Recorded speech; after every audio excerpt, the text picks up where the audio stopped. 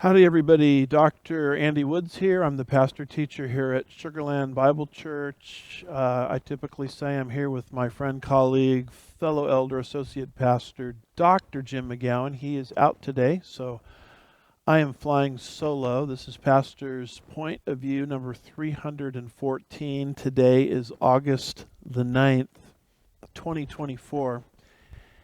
And as is common, we have so much information to share with you today related to our prophecy update that we're going to have to break this into two separate sessions. But let me give you the big picture, if I could, to let you know what we're going to be taking a look at today as we try to bring you up to speed on some prophetic trends that are breaking in great velocity even as we speak.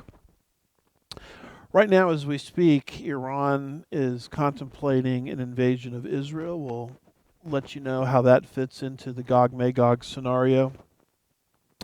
Antisemitism is rearing its ugly head, and I believe it's going to reach a zenith should Kamala Harris be elected the next president of the United States. We'll make you aware of that.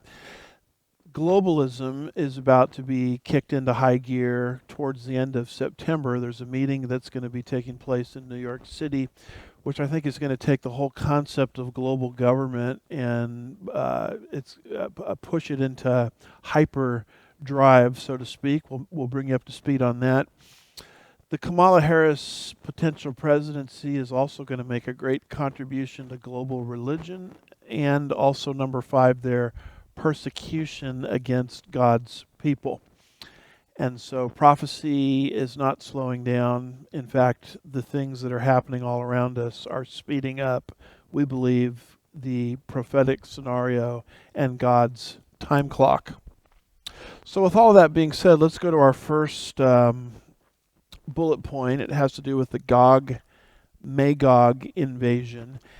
And as we go through some of these recent headlines, I'd like for you to keep in mind a couple of scriptures. The first one I don't yet have on the screen, but it's Zechariah 12 verse 2. I'm going to read it to you. God, through the prophet Zechariah, 2,500 years ago, that would be 500 years before Christ's first coming, said this, quote, "Behold, I'm going to make Jerusalem a cup that causes reeling to all peoples around.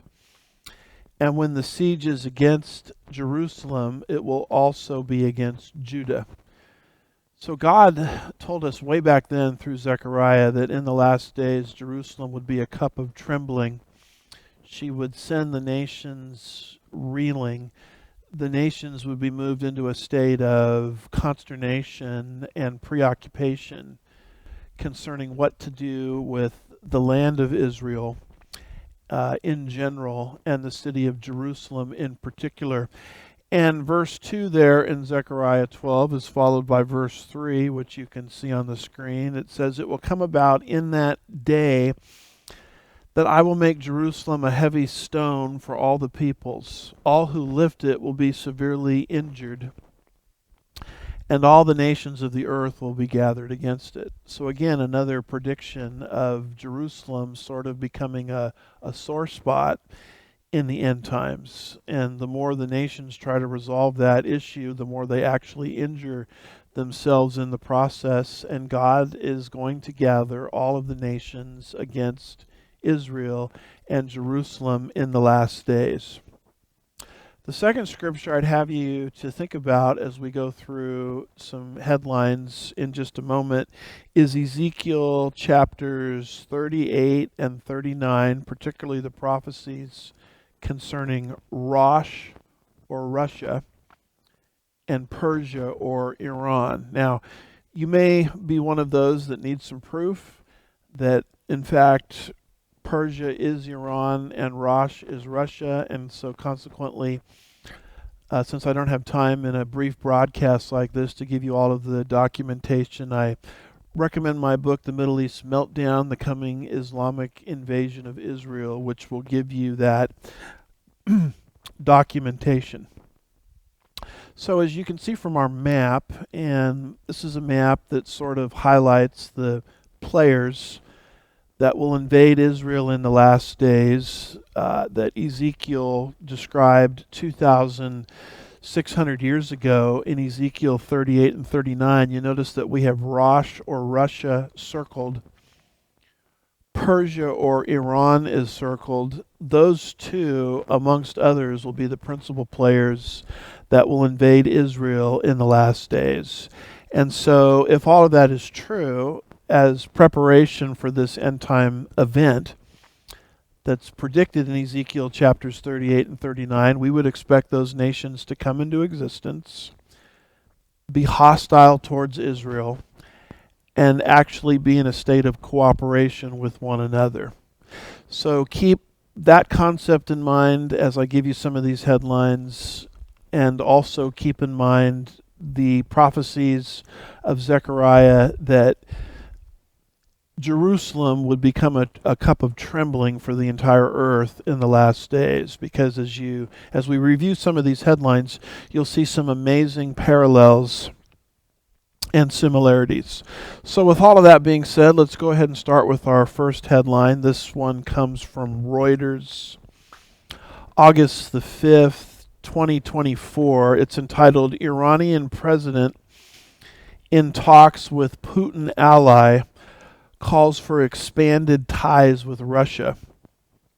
Here's what it says. Iran's president told a senior ally of the Kremlin leader, ally of Kremlin leader Vladimir Putin on Monday that Tehran was determined to expand relations with its strategic partner, Russia, Iranian state media reported. And here it mentions the Secretary of Russia's Security Council met Iran's president and top security officials as the Islamic Republic weighs its response to the killing of a Hamas leader. Russia is among the countries that have stood by the Iranian nation during difficult times, said the Russian leader to the Iranian leader in a meeting, Iranian state reported. In further comments reported during the meeting with the Iranian leader and the Russian leader, they said Israel's criminal actions, notice that expression, criminal actions in Gaza, and the assassination of Haniya are clear examples of the violation of all international laws and regulation. The article goes on and it says Iran has blamed Israel and said it will punish it. Israeli officials have not claimed responsibility. Iran backs Hamas, which is at war with Israel in Gaza, and also the Lebanese group Hezbollah, whose senior military commander was killed in an Israeli strike on Beirut last week. Reuters reported in February that Iran had provided Russia with a large number of powerful surface-to-surface ballistic missiles. So it's a fascinating article dealing with the assassination of Hamas leader Haniya on Iranian soil, and everybody blaming that on the Israelis. I'm of the opinion that the Israelis most likely had something to do with it. But what's so interesting about this is how that event has taken Russia and Iran and brought them into close alignment with each other. I mean, they've already been in very close alignment, because the article mentions Reuters reported Friday that Iran had provided Russia with a large number of powerful surface-to-surface ballistic missiles. So the tie between Rosh and Iran against Israel is already there, but the assassination of the Hamas leader on Iranian soil, Haniya, takes that tie between those two forces and joins them to a degree that's more and more profound. So we're just living in this unique period of time where almost every single event that you look at in the world, whether it's the Hamas incursion from Gaza into Israel October the 7th, from Gaza, or this recent assassination of the Hamas leader on Iranian soil, most likely the Israelis the culprit in that.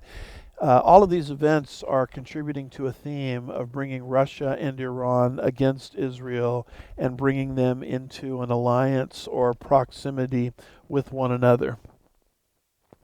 With all of that being said, notice this second headline. This is from Israel National News, August the 1st, 2024. It's entitled 300 Days of War. Israel preparing for an Iranian attack.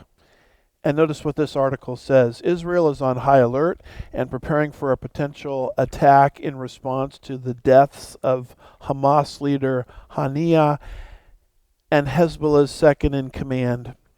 As part of its increased readiness, the IAF, Israeli Air Force Aerial Defense System, is preparing to intercept potential attacks from Iran and its proxies.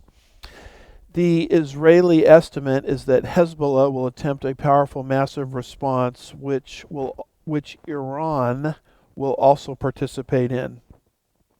Wednesday night, the New York Times reported that the Iranian Supreme Leader Khamenei ordered a direct attack against Israel in order to avenge the elimination of Haniya in Tehran. The newspaper claimed that Iran is weighing an attack similar to the one in April, which included missiles and drones launched in a coordinated fashion from both Iran and neighboring countries. So again, you see how this assassination of Haniya by the Israelis, most likely on Iranian soil, has emboldened Iran into, preparing and contemplating for an attack on the nation of Israel. And keep in mind that they already launched mid-April 300 projectiles from Iran into the land of Israel. And so we're living in a time period where Ezekiel's prophecies are leaping right off the pages almost into prophetic fulfillment, where the very powers that Ezekiel predicted, Persia, would come against Israel in the last days. And headline after headline, world event after world event is not slowing down that process. It's expediting that process. Notice also this particular headline from RT News, August 2nd, 2024, fits the same theme or pattern. It says France warns citizens to leave Iran. The article says this: the French foreign minister has issued a recommendation that the nation's citizens leave Iran and avoid traveling there for whatever reason. The ministry cited heightened risk of military escalation in the region. The warning came in the wake of the assassination of the Hamas political leader Haniya in Tehran on Wednesday. Reports in Western media suggest that the Iranian retaliation against Israel may be imminent. French citizens currently in Iran were advised to leave as soon as possible, a statement published on the ministry's website said on Friday. It also called on people to exercise great vigilance while in Iran, stay away from all demonstrations, and regularly consult the embassy's website. Paris has also ordered additional security measures at Jewish sites across France, citing the threat of revenge attacks over Haniya's killing. Iran has vowed to avenge the Hamas leader's killing, with Khamenei stating that Israel would be severely punished. In the wake of Hamas's surprise attack on Israel last October, West Jerusalem responded with an extensive bombing campaign, followed by a ground invasion of Gaza, which local health authorities have claimed has cost tens of thousands of lives so far. Moscow has repeatedly warned about the risks of the Gaza conflict spilling over into a major war in the Middle East and called on all sides to exercise restraint. Now, notice how Russia factors into this as well, because it mentions Moscow in this article. It goes on and it says the Russian Foreign Ministry strongly condemned Haniya's assassination and warned that such actions were fraught with dangerous consequences for the entire region. In other words, war between Iran and Israel is so imminent that France has told its own citizens to get out of Iran. So France is taking Iran's sort of beating its chest publicly there in preparation for war, very, very seriously. And Russia is now siding with its ally Iran against Israel. And all I can say to this is, hello, Ezekiel chapters 38 and 39. This is what Ezekiel predicted for the end of the age. See the difference between a typical person that reads the newspaper versus someone that reads the newspaper in light of Bible prophecy is the person that reads the newspaper, they simply know what is happening. But a person who reads these same headlines with the backdrop of Bible prophecy doesn't just know what is happening or what is about to happen, but they know why it's happening. All of these things are fitting into a pattern that God long ago anticipated and predicted in His Word. Notice this next headline and think about this in light of Zechariah's prophecies about the nations will be put in a state of reeling over the city of Jerusalem. This particular headline reads, and this is from the BBC, dated August 3rd, 2024. It says, U.S. to send jets and warships as Iran threatens Israel. This article says the U.S. will deploy additional warships and fighter jets in the Middle East to help defend Israel from possible attacks by Iran and its proxies, the Pentagon said. Tensions remain high in the region over the assassination of Hamas leader Haniya in Iran and a key commander of the Lebanese militant group Hezbollah. The article goes on and it says, but few are in doubt that the Middle East stands perilously close to full-scale war. Israel is on high alert. Several international airlines have suspended flights to the country. Meanwhile, Israeli ministers were sent home this weekend with satellite phones in case of an attack on communication infrastructure. Now, the article concludes by noting the sources that indicate that Israel was involved in the assassination of Haniya, on the leader in Hamas, on Iranian soil. This is what Iran is reacting against. I mean, they're reacting against two things. Israel rooting out Hamas in Gaza post-October 7th, and they're reacting against this assassination against Haniya. So those two events, October 7th of last year and this assassination, have taken Ezekiel's prophecies and put them almost on steroids, because now Iran is contemplating war with Israel, which is what Ezekiel predicts would happen, with her close ally Russia, which is also what Ezekiel anticipated. Now, keep in mind, I'm not saying this is that. I don't believe we're at the point for the Gog Magog invasion yet. However, prophecies are such that they don't happen in a vacuum. Long before any prophecy is fulfilled, God sets the stage way in advance. And that's what we see happening in our newspapers as we speak. Aggressive stage setting. But this article says on Saturday, the Daily Telegraph reported that Iranian agents hired by Israel's Mossad spy agency had planted bombs in a building where Haniya was staying. The newspaper says that two agents placed bombs in 3 rooms of an Islamic Revolutionary Guard Corps guest house in Tehran, which were detonated from abroad. An earlier report by the New York Times says that the bombs had been snuck into the building 2 months earlier.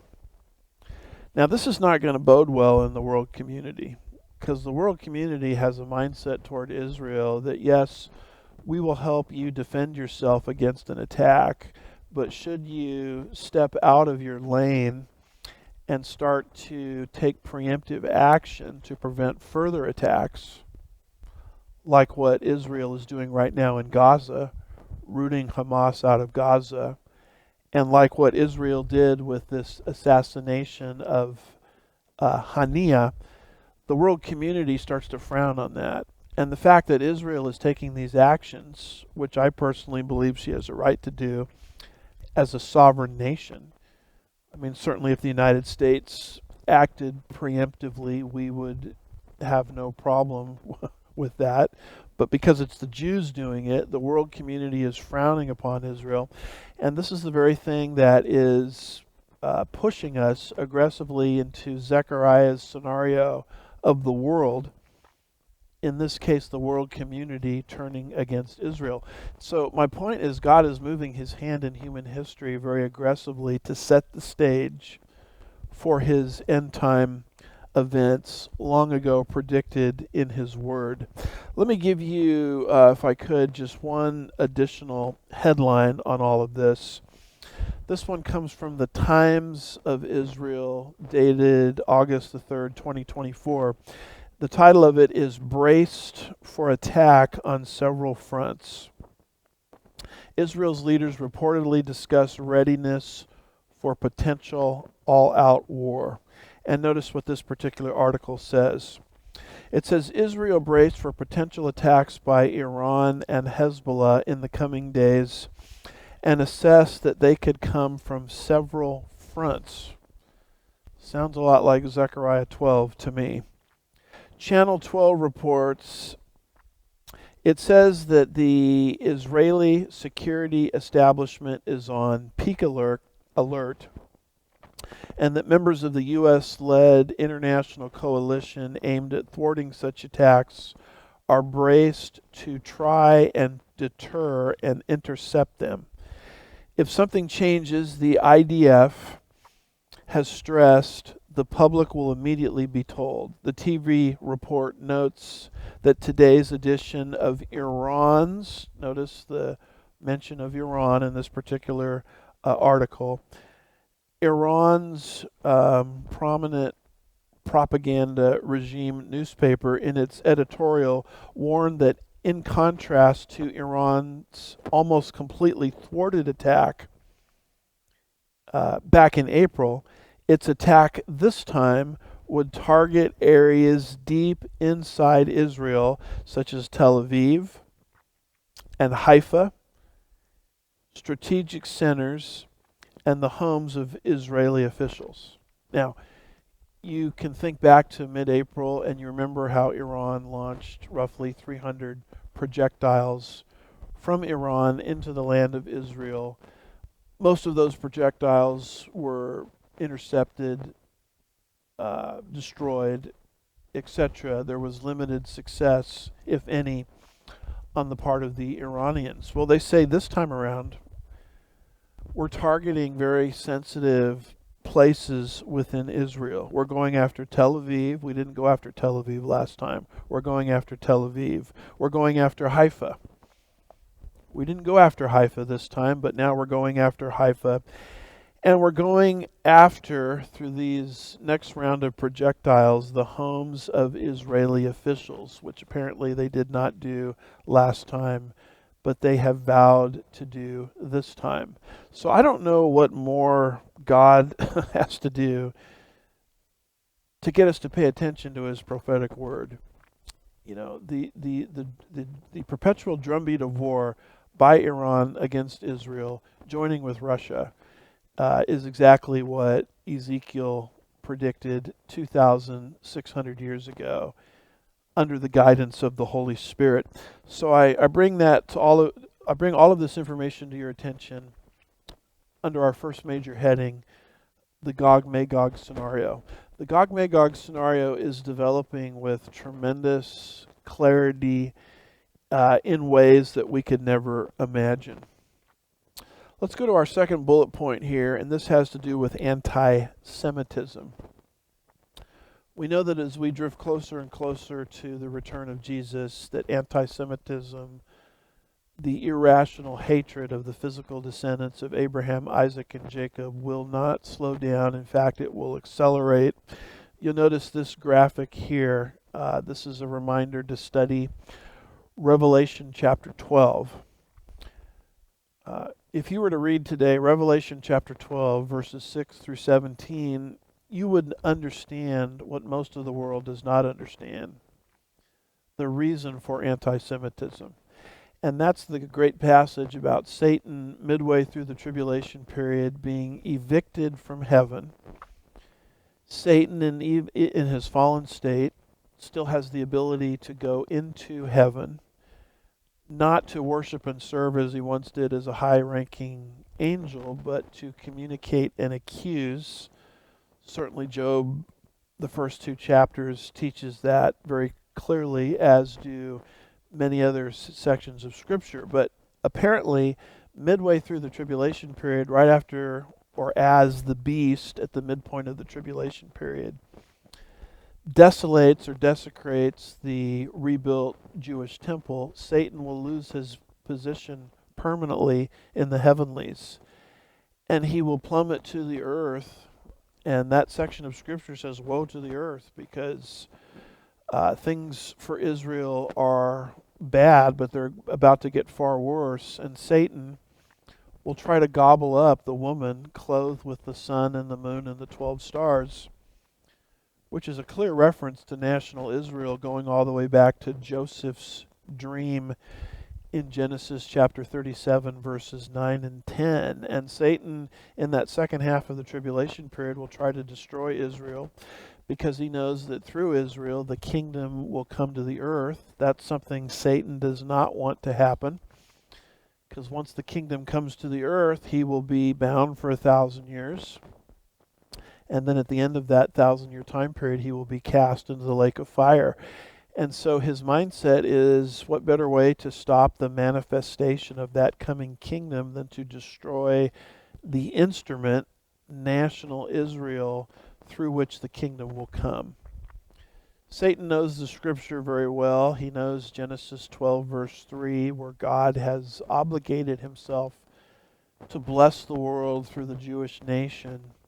Part of those blessings will be the manifestation of the millennial 1,000-year kingdom on the earth, which will lead to Satan being deposed over his current illegitimate authority over planet Earth, the authority that he has wielded ever since the fall of man in Genesis 3. So his mindset is to blot out Israel so that the kingdom will never come.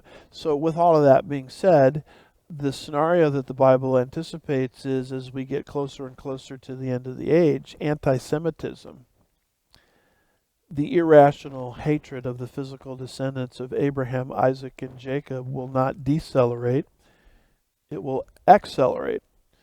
And as a Bible reader, you now have the reason as to why anti-Semitism is accelerating in our own country and all over the world.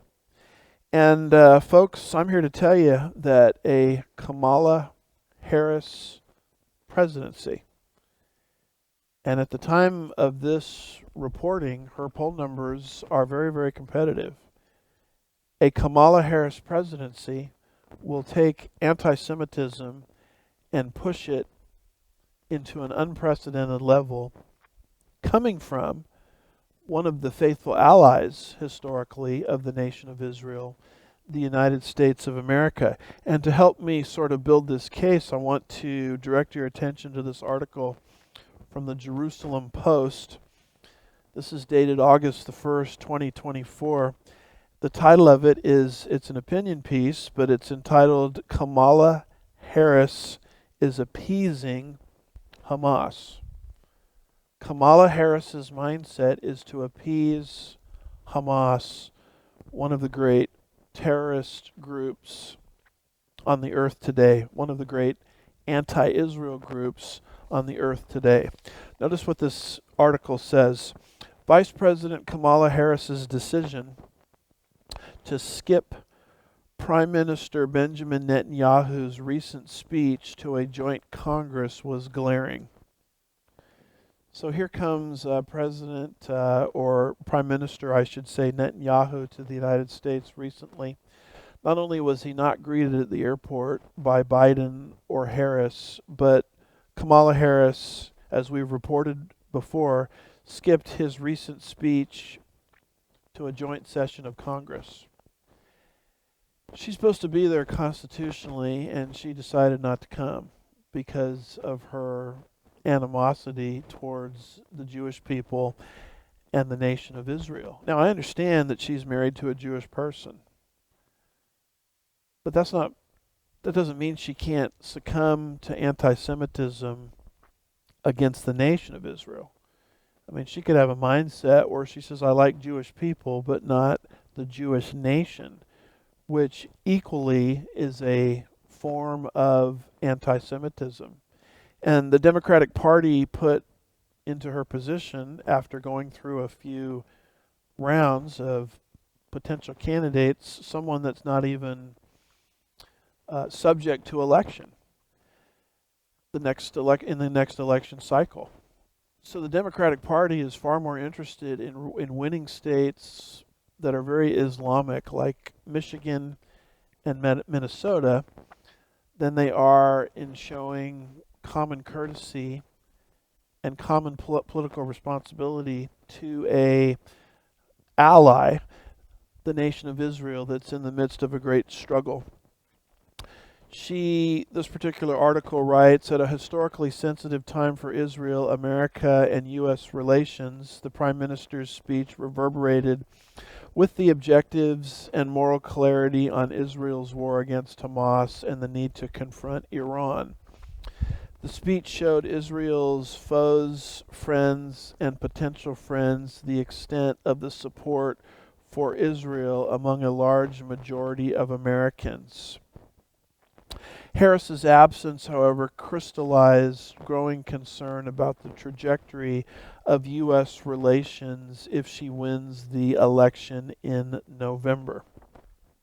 The article goes on and it talks about her statement following the meeting with Netanyahu made Israel supporters cringe. So she had a private meeting with Netanyahu where things actually got worse in terms of a relationship between the two political characters or figures. It was around this time that she, according to the article, unjustly put the blame on Israel for massive civilian casualties and the humanitarian crisis in Gaza, she says, or the article says, was as bad as the president's outrageous comparison of Israel and Hamas. So this is the kind of thing that Harris is doing now as vice president towards the nation of Israel. Do you think things are going to improve once she becomes president? I don't think so. I think things are going to become a lot worse. Vice President Harris, who is now aspiring to the presidency, has been doing these kinds of things against the Jewish nation for a long time. The article says, during a visit to George Mason University in 2021, a student protested that Israel was conducting ethnic genocide in Palestine. Instead of debunking these preposterous claims with facts, Harris responded, quote, your voice, your perspective, your experience, your truth cannot be suppressed and it must be heard. Another incident involving Harris involved last March. Harris called for an immediate ceasefire in Gaza that would have thrown a lifeline to Hamas. Here's another example. It talks about, most alarmingly, at the Munich Security Conference in February, It talks about how the vice president advocated for a Palestinian state. I mean, this article is a must-read article because it just documents all of the Harris animosity towards the Jewish nation. The article says instead of expressing strong support for Israel, as she has consistently done with Ukraine, Harris has berated Israel for fighting back against genocidal terrorists and consistently reprimanded it over the humanitarian situation in Gaza without calling to task the real culprit, Hamas. The article concludes by saying, these anti-Zionist progressives who will man the rank and file in a Harris administration see Israel as an imperialist, Jewish, supremacist, colonial state whose evil is only rivaled by that of the United States. These are not the makings of an administration that would have Israel's back. Recently, she said, I have studied the maps. She proclaimed, and they, the civilians, have nowhere to go. This is referring to Israel seeking to root out Hamas from Gaza. The article says, in reality, over 1 million Palestinian civilians evacuated Rafah before the IDF took out 4 Hamas battalions in that stronghold.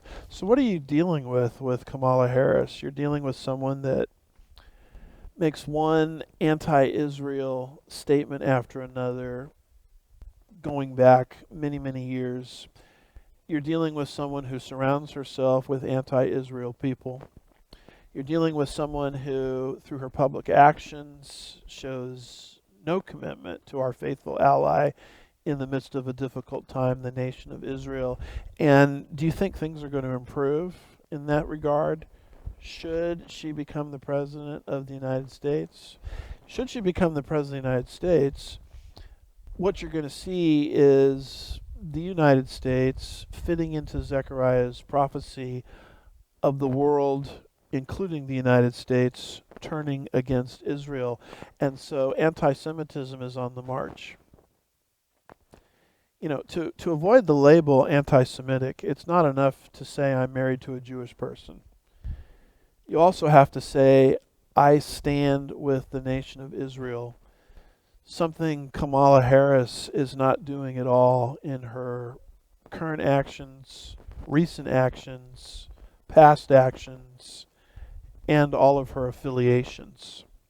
Now, on this subject of anti-Semitism, let me draw your attention to another article. But even before I do that, look for just a moment at Genesis chapter 12, verse 3. What does God say in Genesis 12, verse 3? He says, I will bless those who bless you, and the one who curses you I will curse, and in you all the families of the earth will be blessed. When he says, in you all of the families of the earth will be blessed, that explains the satanic attack against Israel. This is why Satan hates Israel, because God has obligated himself to bless the world through Israel. But God, to protect Israel, going all the way back to Abraham, then his name was Abram, way back in patriarchal times, roughly 4,000 years ago, God says, I'll bless those who bless Israel. It's one of the reasons the United States, I believe, has been blessed as a nation. But God also says, I will curse those who curse Israel. So a Kamala Harris presidency will take our entire nation and put it on the wrong side of God. And these are things to think about as we talk about our world moving into sort of a prophetic timetable, a prophetic scenario long anticipated in God's Word. Now, as I said earlier, while we're on the subject of anti-Semitism, let me draw your attention to this article here. This to me is astounding. This one comes from the Times of Israel, July the 31st, 2024. It says a Swiss restaurant is fined for refusing ski equipment to Jews. The article says in February, the 20 Minuten newspaper published a picture of a sign put up at the plush station above Davos. That's interesting. The resort known for hosting the World Economic Forum of the globe's business elites. The sign in Hebrew, and we actually have a picture of it there, as you can see. The sign in Hebrew said that because of various incidents, including theft of a sled, we no longer rent sports equipment to our Jewish brothers, close quote. The policy applied to all winter sports equipment, including sleds, airboards, and snowshoes. It said, ending with, "Thank you for your understanding." 20 Minuten said the restaurant had told the paper in a written statement that they no longer want the daily hassle of Jewish guests leaving sleds on the slopes or equipment for not being returned or returned in a defective manner. This to me is an astounding thing, because we're living in the 21st century when everybody understands you cannot make broad categorical statements over an entire ethnicity. You can't say all Hispanic people are this, all black people are that, all Asian people are that, all Caucasian people are that, all men are like this, all women are like this. I mean, didn't we learn this basic lesson from the Civil Rights Act of 1964? And it's so interesting to me that with the Jews, you got a separate set of rules. I guess it's okay for this particular business establishment to say, well, all Jews are this way. They don't return the ski equipment properly. They don't return the ski equipment at all. Rather than targeting some Jews doing this, they target all Jews. I mean, that's a blatant understanding of everything we know about civil rights. And I would say that this is the Davos mentality. I mean, keep in mind that this took place, according to the article, in a resort known for the annual hosting of the World Economic Forum. I find that interesting because Bible prophecy is very clear that there will arise a one world system. I think a lot of the things that you see happening in Davos, the World Economic Forum, Klaus Schwab, etc., are preparatory for that one world system which will persecute the Jewish people, Bible prophecy says. And so the fact that this is happening in a resort in and near Davos seems to fit very well with the pages of Bible prophecy and God's Word, anti-Semitic globalism at the end of the age. And, you might say, well, come on, Andy, just relax. Doesn't the article talk about how this particular Swiss restaurant was fined because they did that? And yes, the article does mention that, and I'm glad they were fined. But this issue should have never gotten to the point of a fine. This issue should have never gotten that far, because it's our basic understanding, going back to the Civil Rights Movement of 1964, that you can't broad brush an entire ethnicity. We all understand that, but for some reason it's okay to do it to the Jews. And the reason it's okay is because of antisemitism, which would be introduced by Satan in the end times and would set the stage for Satan's final assault on the Jewish people to prevent the manifestation of the coming kingdom. Now, I don't have any slides on this. I don't have any video on it, but you can find it very easy on X. At sort of the height of the protest movement against Israel rooting Hamas out of Gaza, subsequent to the events of October the 7th, there is a Los Angeles coffee shop that you can watch it on video. A Jewish person walked in. They're easily identified as a Jewish person by the cap that they were wearing, and the person behind the counter at this coffee shop says, "You're Jewish, no coffee for you." And it's kind of interesting that the people working at the coffee shop, one of them was so embarrassed, and this is all on camera, that he actually snuck out the back door with some coffee to give to the Jewish person because he recognized that what the business establishment that he worked for was doing was so completely and totally outrageous. So this happened in a coffee shop in Los Angeles at the height of the "From the river to the sea, the land of Palestine will be free" protests against Israel in the year 2024 in the 21st century. So all of the principles of the civil rights movement of 1964 are set aside. The Jews always have to play by a different set of rules. Why the unfairness? Because it's, as we've tried to explain, satanic at its core. With all of that being said, let's move to the final bullet point that we're going to consider in our first session together, and that has to do with globalism. We know that globalism is on the rise in addition to some of these other prophetic trends that we have talked about. We see that as a sign for the end of the age. Notice what Daniel chapter 7 verse 23 says.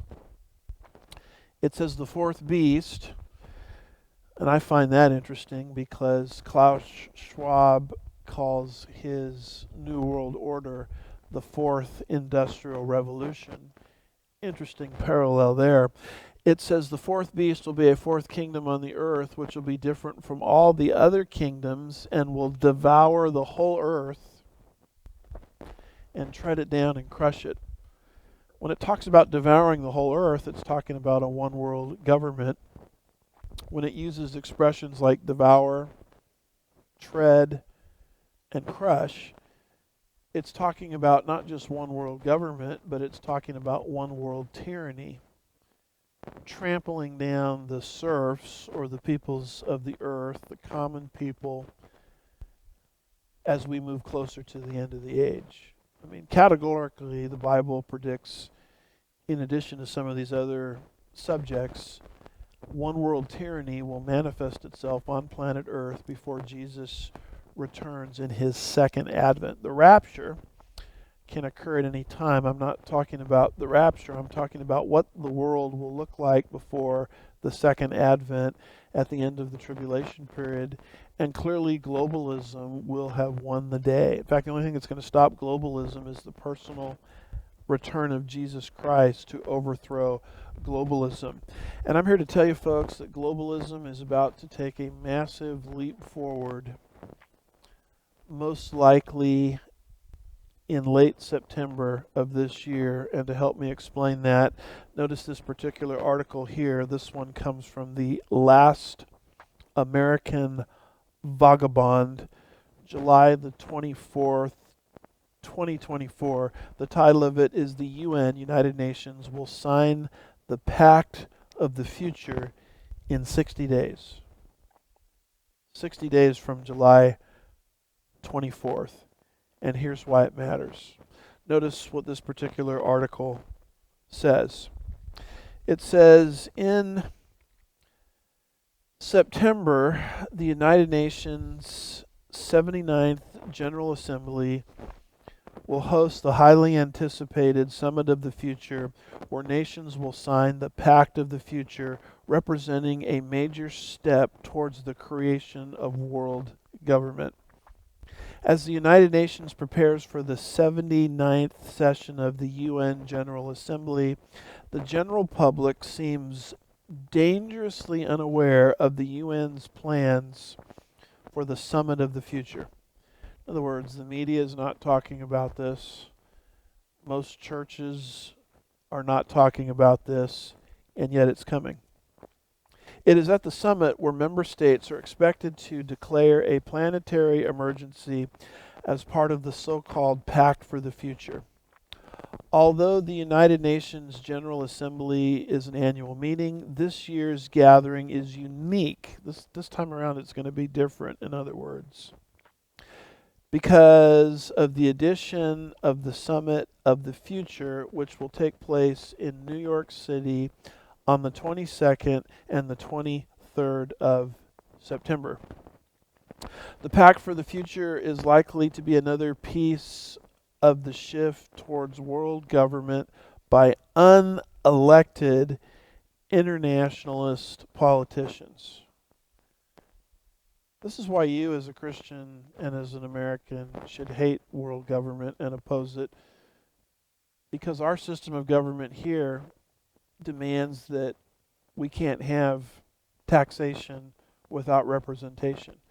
We are a government of the people, by the people, for the people. The people that make decisions on our behalf are accountable to us via the ballot box. World government, of course, is the antithesis of that. It puts people in power over us that we don't vote for and aren't accountable to us. And as crazy as this sounds, this is the type of system that is being pushed. The article says, during the Summit of the Future, UN member states are also likely to vote to radically alter the UN itself, what some are calling the United Nations 2.0, and the very nature of how nation states make decisions regarding the future of the planet. This is a lengthy article, so I'm only reading to you a few excerpts, believe it or not. It says, despite the public's ignorance, the Summit of the Future is catching on in academia. For example, economist Jeffrey Sachs recently published an op-ed on the summit extolling the virtues of the United Nations efforts. You know, a lot of the things that come into the culture are developed intellectually in liberal and woke academia long before the public is aware of it. And this is what is happening with this whole issue of globalism. According to Sachs and the technocracies at the UN, the polycrisis, now that's a word you should know. You should try to understand what polycrisis means. It's multiple crises coming together simultaneously: economics, health. Some of these crises could be real, some of them could be exaggerated, some of them could be manufactured, but they're all coming together simultaneously to create this hunger for world government to solve the crisis. Environment, health, economics, stock market. I mean, think of all of these crises hitting at once. Think of the, 2007, 2006 economic meltdown. Think of that happening simultaneously with the virus that we just emerged from, 2020, simultaneous with 9/11. That's what polycrisis means. All of these things coming together simultaneously, where people say the only way to solve these global problems is global governance. So learn that word, polycrisis. According to Sachs and the technocrats, at the UN, the polycrisis, or multiple simultaneous crises, cannot be solved by any one country alone. These are global, in other words. And the only solution for a global crisis, of course, is global governance. That's how these global academics think. In fact, Sachs makes it clear, continuing with the article, perfectly clear, that from his position, he is advocating for giving the United Nations more power to implement policies for the entire world. Sachs also echoes previous calls for the new financial instruments to fund transformation of the world, including with a new system of international taxes. That's being taxed by somebody that's not accountable to you. That throws out the Founding Fathers' principle, no taxation without representation. With a new system of international taxes on CO2 emissions, shipping, aviation, and financial transactions. Again, this is a very lengthy article, which I encourage you to read the entire thing. I only have time to give you a few snippets. But there's a section of this article entitled Planetary Emergency. It says the zero draft version of the Pact for the Future discusses the need for an emergency platform that would be activated in the event of such a shock that has an impact on regions of the world, and according to the UN requires a coherent, coordinated, and multi-dimensional response. The code word for this is Build Back Better. This is the better world that the globalists envision. It's supposedly going to protect us from these types of crises. Well, who's going to protect us from the ultimate crisis? One world tyranny. They never talk about that. The danger that the human race is facing, in my estimation, is not so much these crises that they like to talk about, but the infrastructure that will be built to allegedly protect us from these various crises. That's the real danger. That's the danger that Daniel 7 verse 23 is bringing to our attention in its predictions of one world tyranny.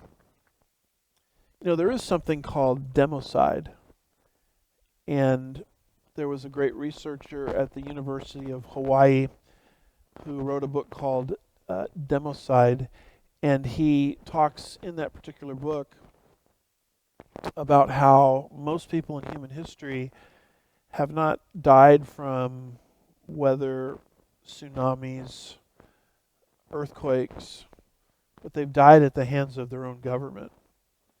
In fact, more deaths have been caused by that than any other thing in human history, according to his research. I believe his last name is Rummel, R.J. Rummel, from the University of Hawaii, and I think the title of his book is entitled Death by Democide, if I have that correct. And he said, you know, if you added up all of the people that have been killed by their own government in what he terms, a new term he developed called democide, and they were only 5 feet tall, all of these victims.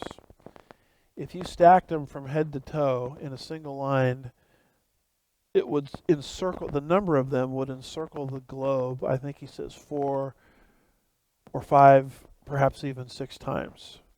I mean, that's how serious this issue of democide is. And the real crisis you should be afraid of is this one world tyranny.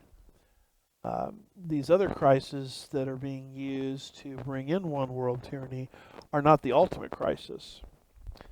The poly crisis is not the ultimate crisis. The ultimate crisis is one world tyranny, and that's what the pages of your Bible explain to you prophetically. The article goes on and it says the UN is not the only organization promoting the idea of declaring planetary emergency. UN-affiliated organizations like the Climate Governance Commission, otherwise known as the CGC, are also getting in on the fun. The article goes on and says, in the governing our planetary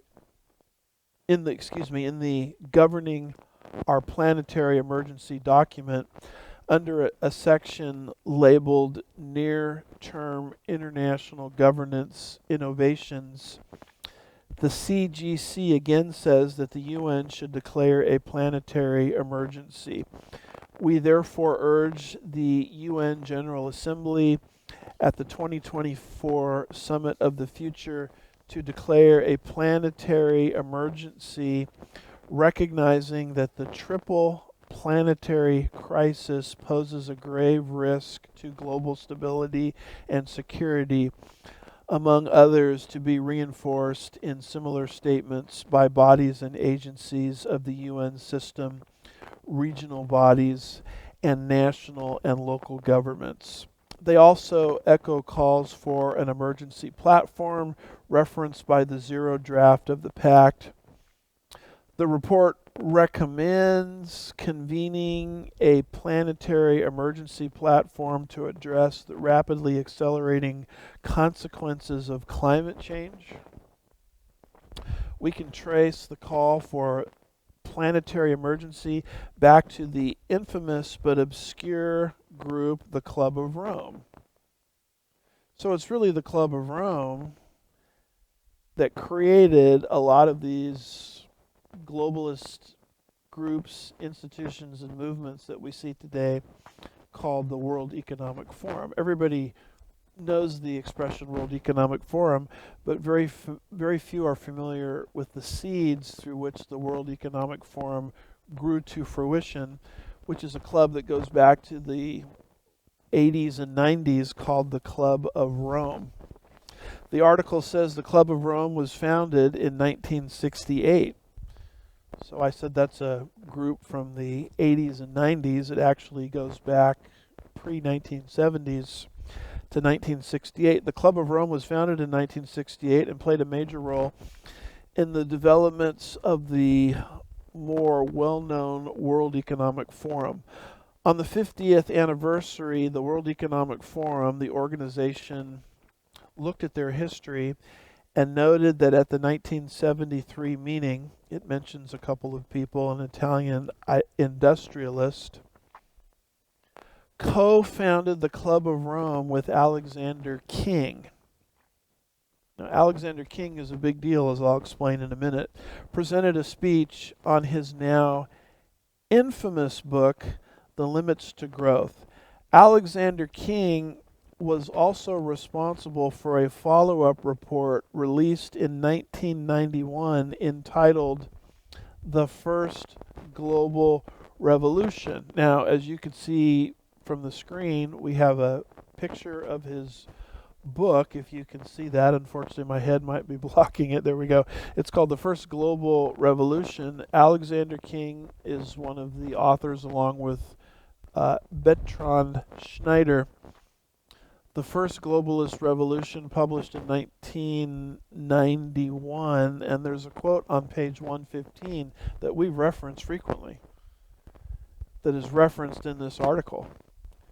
And it's a quote which admits that the whole climate change issue, anthropogenic climate change, man-made climate change, is something that the globalists just made up.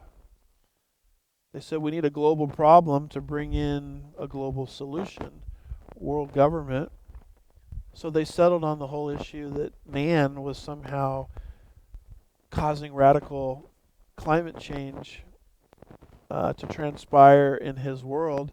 And if we just put humanity under a set of handcuffs, then global governance will rescue us from this crisis, or key polycrisis, a key member of the polycrisis trinity, which we're using as a justification for global governance. As you can see on the screen, King and Schneider from the Club of Rome, which gave rise to the World Economic Forum, said this, quote, "In searching for a new enemy to unite us, we came up with the idea that pollution, the threat of global warming, water shortages, famines, and the like would fit the bill," close quote. In other words, the whole thing, they admit in their own writings, is manufactured. We have to convince the world that humanity is causing these polycrises, the environment being one of them, because we have to have some sort of pretext for bringing in the global solution, which is global governance, which prophetically will lead to tyranny. That's why I found this particular article so interesting. Here is the entire quote. It says, "The First Global Revolution," that's the book I've been referencing. "This controversial report includes a section called 'The Common Enemy of Humanity is Man,' which contains this oft-quoted section. In searching for a new enemy to unite us, we came up with the idea that pollution, the threat of global warming, water shortages, famine, and the like would fit the bill. In their totality and in their interactions, these phenomena do not constitute a common threat which demands the solidarity or rather they do constitute a common threat which demands the solidarity of all people.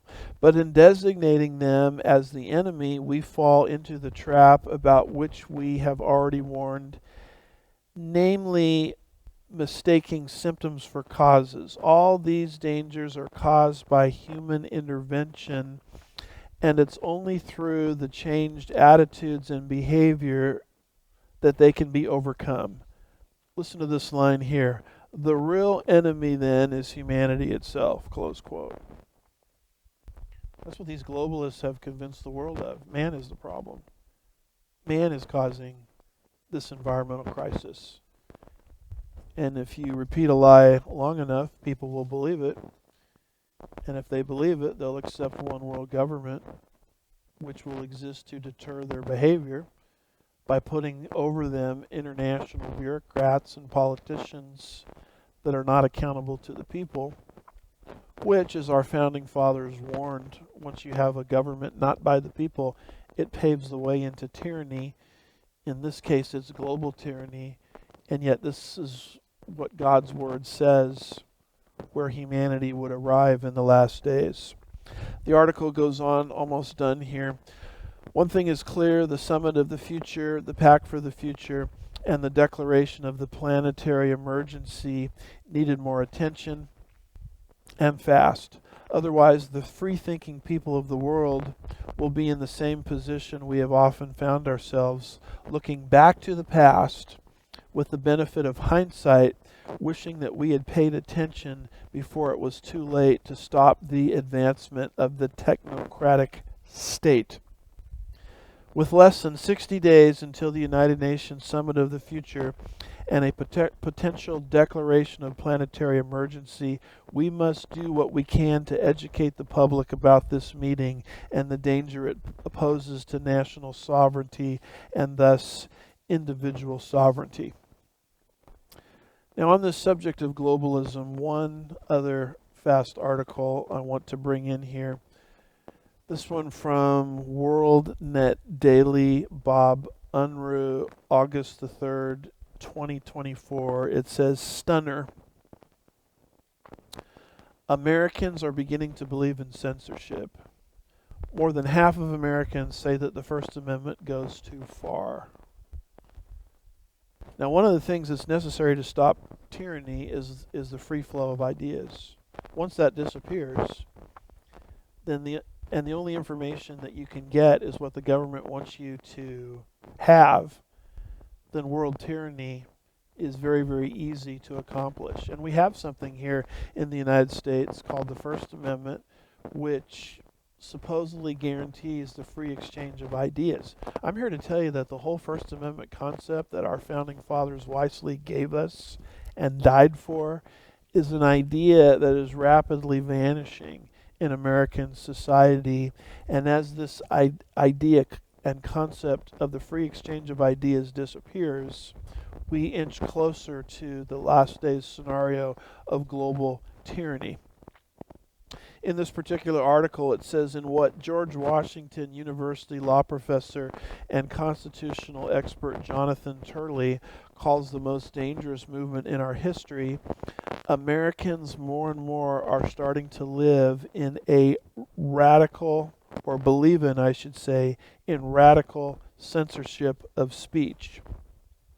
In an online column, he notes and he addresses the global anti-free speech movement in his book, The Indispensable Right, Free Speech in an Age of Rage, quoting Turley. It is my view that the most dangerous movement in our history, due to an unprecedented alliance of government, corporate, academic, and media forces, is the death of the First Amendment. That fear was amplified this week with polling showing that years of attacking free speech as harmful has begun to change the views of citizens, he explains. It's all the rage in academia, he said, so now it is not surprising to see the New Knight Foundation Ipsos study revealing a further decline in students' views concerning the state of free speech on college campuses. The study shows that 70% of students believe in free speech can be as damaging as physical violence. Did you know that? That 70% of our college students believe that free speech is as damaging as physical violence. The study shows the impact of speech codes and regulations, with 2 of 3 students reporting that they self-censor during classroom discussions. Nearly 2 out of 3 on campus say, quote, "The climate at my school or on my campus prevents some people from saying things they believe because they might find it offensive," close quote. And worse, where it used to be that 78% a few years ago, now only 50%, 54% of students say colleges should allow students to be exposed to speech even if it's offensive.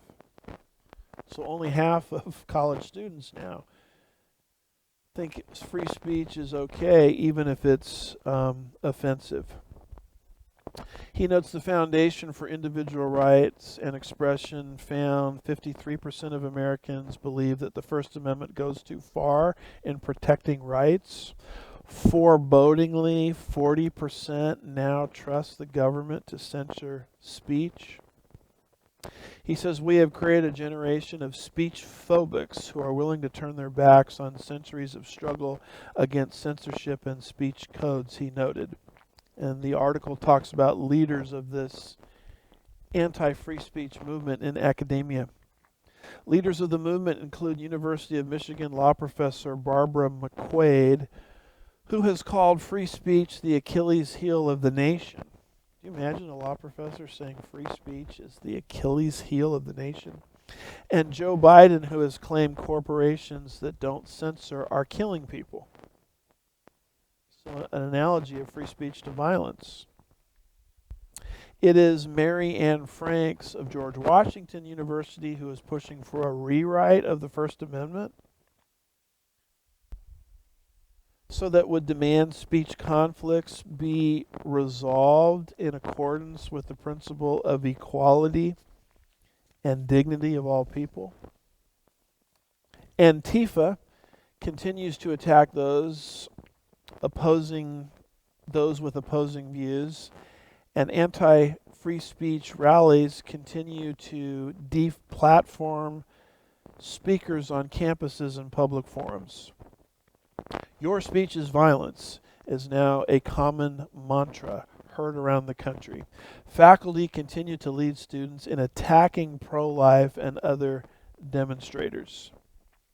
In fact, he cited one Antifa activist whose ideology is, quote, "You have the right to speak, but you also have the right to be shut up," close quote.